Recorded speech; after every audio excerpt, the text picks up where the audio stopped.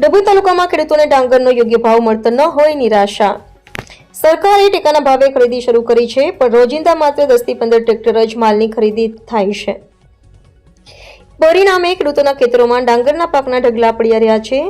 7,200 સરકારના ટેકાના ભાવની સામે વેપારીઓ 4,000 થી 4,500 રૂપિયાના ભાવે ડાંગરનો વેપાર આપી રહ્યા છે, જેથી ઓછા ભાવે ડાંગર વેચે તો ખેડૂતોને મોટું નુકસાન પહોંચે તેમ છે। હાલ તો ઓછો ભાવ મળતો હોય બજારમાં ખેડૂતો ડાંગર વેચવા તૈયાર ન થતા તાલુકામાં મોટા પાયે ડાંગર ખેડૂતો પાસે પડી રહી છે।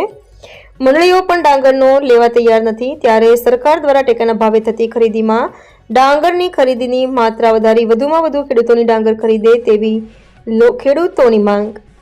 વેપારી જે ભાવે ડાંગર માંગે છે એટલો ખર્ચ તો ખેડૂતોને 1 વીઘામાંથી હાર્વેસ્ટર દ્વારા ડાંગર કાઢવાનો થઈ જાય છે। હાલ તો છેલ્લા 20 દિવસથી ખેડૂતોના ખેતરમાં ડાંગરનો પાક પડી રહ્યો હોય ખેડૂતો ચિંતામાં મુકાયા છે।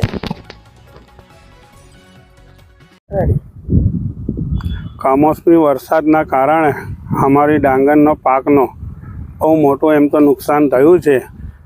આ ડાંગરનો પાક અમારો બોઇલ થઈ જવા માટે થઈ ગયો છે ને કોઈ વેપારી આવતું નથી। 15-20 દાડા થઈ ગયા છે અમારા પાકને। અહીં કાયડા ઢગલા મારેલા જ છે, આવે છે, જોવે છે ને બોઇલ થઈ ગયું છે એવું કહે છે, બરાબર। હવે અમારે આ પાકના અમારું ડાંગર લઈ જવા માટે કઈ લઈ જવાની? સરકારશ્રીને અમારી નમ્ર વિનંતી છે, બરાબર, કે અમારે ટેકાના ભાવેથી 10-12 ટ્રેક્ટર રોજ જે ખરીદે છે એને અમારી સરકારશ્રીને એવી નમ્ર વિનંતી છે કે થોડા વધારે ટ્રેક્ટર કરે તો અમે લઈ જઈએ ને અમારું ખલું આ ડાંગર છે બધાની એ જતી રહે।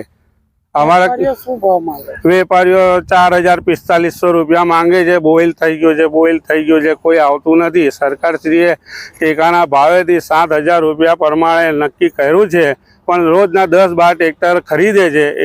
એને અમને સરકારશ્રીને એવી નમ્ર વિનંતી છે કે રોજના થોડા ટ્રેક્ટર વધારે। અમારી બસ નમ્ર વિનંતી આવી જ છે કે રોજના હવે ટ્રેક્ટર થોડા વધારા કરે તો અમને આ બધું ખાલી થઈ જાય ને અમારો પાક બધું ચાલ્યું જાય।